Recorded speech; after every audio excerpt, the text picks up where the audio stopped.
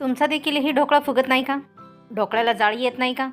आतून कोरडा होतो. आज मी सांगणार आहे एक असा सिक्रेट ज्यामुळे ढोकळा होईल स्पॉन्जी आणि सॉफ्ट.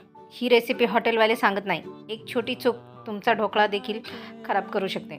पण आज ती चूक मी काढून टाकणार आहे. नमस्कार मंडळी, तुमच्यासाठी घेऊन आलेले आहे मार्केट स्टाईल खमंग ढोकळा रेसिपी. फक्त 15 मिनिट.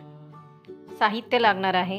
तुम्ही स्पॉन्जी बघू शकता, जाळी बघू शकता. अतिशय मार्केट स्टाईल आपला ढोकळा हा तयार झालेला आहे आणि चवीला तर अप्रतिम. जसं हॉटेलमध्ये मिळतो त्याच पद्धतीने आपण देखील हे केलं.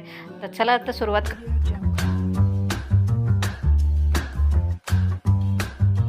त्यासाठी लागणारं साहित्य पाहणार आहोत. एका बाउलमध्ये 1 कप बेसन पीठ घ्या, चवीनुसार मीठ घ्या, अर्धा चमच हळद, लिंबू सत्व, अर्धा चमच छोटा चमचा साखर, हिरवी मिरचीचे 2 काप, 1 इंच आलं. सर्वात आधी मिक्सरमध्ये हिरवी मिरची आणि आलीची पेस्ट करणे.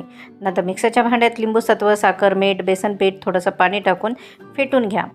बेसन पीठ थोडंसं पाणी टाकून फेटून घ्या. बॅटर फार घट्ट नाही आणि फार पातळही देखील करू नका, हे लक्षात ठेवा. आता येतो तो सिक्रेट पॉईंट जो 90% लोक चूक करतात. यामध्ये ॲड करा बेकिंग सोडा, जेणेकरून तुमचा देखील ही ढोकळा स्पॉन्जी आणि मार्केटसारखा होईल.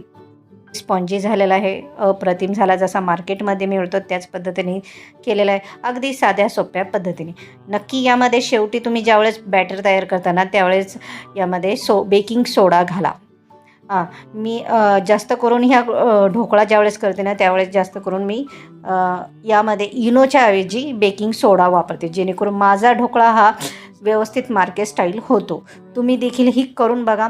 अगदी साध्या सोप्या पद्धतीची ही रेसिपी आहे आणि नक्की मला कमेंटमध्ये सांगा तुम्हाला ही रेसिपी कशी वाटली.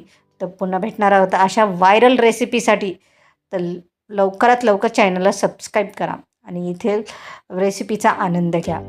तर तोपर्यंत मस्त खा, मस्त राहा. तोपर्यंत